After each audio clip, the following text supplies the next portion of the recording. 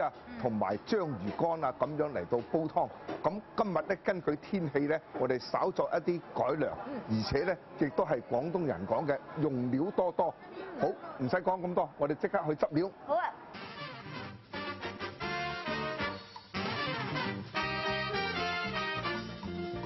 哇！大家見唔見到我哋執咗好多食材咧？嗱，我咧就執咗呢個紅棗啦、蠔豉啦、乾貝同埋風菇喎，仲有啊呢個綠豆啊。咁我咧就執咗蓮子、百合、韶實咧，同埋墨魚啦。咁按照傳統嘅冬至靚湯嚟講咧，我哋執呢啲嘢就已經夠啦。但係點解我哋又要搭埋呢個綠豆啊，同埋呢啲蓮子啊、百合咧？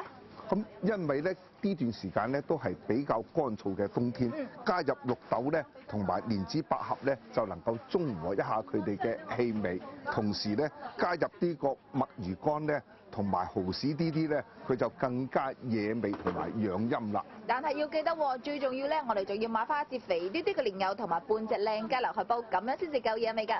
今日要整嘅湯係冬至十全十美湯啊！嚟睇睇都需要咩材料啊？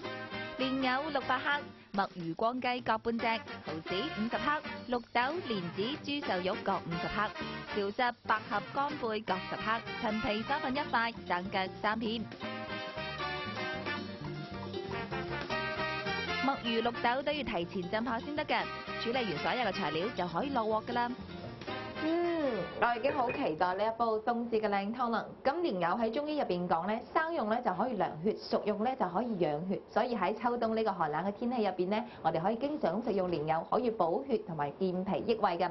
但係要記得喎，煮蓮藕嘅器皿一定唔可以係鐵鑊喎。如果用鐵鑊嚟煮嘅話，入邊啲嘢就會變黑㗎啦。大火轉細火煲上2個鐘，香噴噴嘅冬至十全十美湯就整好㗎啦。飲上一啖，可以令你喺冬至入邊倍感溫暖㗎。